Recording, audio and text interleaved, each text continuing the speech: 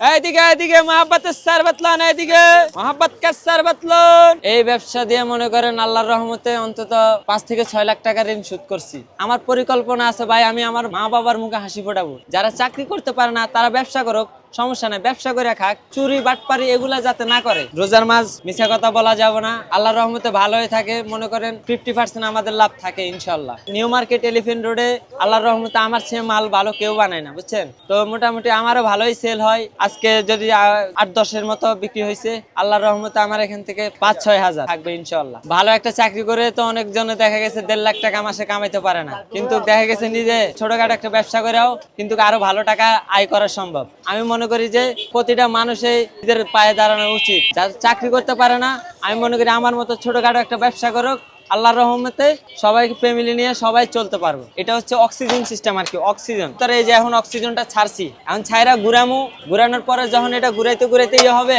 অক্সিজেনে মনে করেন এটা যে কোক আছে না, আপনার যে কোক গুলা খাইলে যে একটা ইয়ে লাগে, ওটার মতন একটা গ্যাস তৈরি হয় আর কি। খাইতে খুব ভালো লাগে। এটা আপনার লেমন সোডা হচ্ছে 30 টাকা। আর আপনার আমার এখানে অনেকগুলো ফ্লেভার আছে, যে কাঁচা আম আছে, তার অরেঞ্জ আছে, ম্যাঙ্গো আছে, তো আপনার কটবেল আছে। মানে যে কোনো ফ্লেভার দিয়ে খাবেন 50 টাকা। শুধু লেমন সোডা ওটা 30 টাকা। আমার এখানে আরো একটা জিনিস আছে ওয়ান শট, ওটা খাইলে 70 টাকা। যারা খায় এটার মূল্যটা তারাই বোঝে। যারা চাকরি করতে পারে না তারা ব্যবসা করুক, সমস্যা নাই, ব্যবসা করে খাক।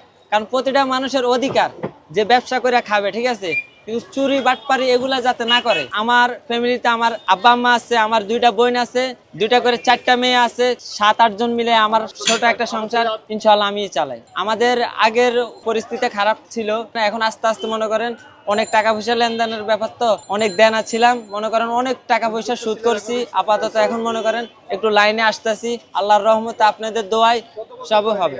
আমার এই ব্যবসাটা এখন এখানে 2 বছর চলতেছে। পিছনে আরেকটা ব্যবসা আছে, ওটাও আমাদের মহাব্বতের শরবত। এটা আগে পাকিস্তানে ছিল, পাকিস্তান থেকে দিল্লি আসছে, দিল্লি থেকে এখন আমরা বাংলাদেশে আছে। এই ব্যবসা দিয়ে মনে করেন আল্লাহর রহমতে অন্তত 5 থেকে 6 লাখ টাকা ঋণ শোধ করছি। আস্তে আস্তে এখন আমি মনে করেন শক্ত হয়ে দাঁড়াইতেছি। আল্লাহর রহমতে যে বাপ মার সেবা করবে তার সেবা আল্লাহ করবে। আমার পরিকল্পনা আছে ভাই, আমি আমার মা বাবার মুখে হাসি ফোটাবো। এটাই তাদেরকে লইয়া আমি 2টা ডাল ভাত খায়া আমি বাঁচতে চাই, এটাই। আর চেয়ে বেশি কিছু চাই না, তাদের মুখে শুধু হাসি রাখতে চাই।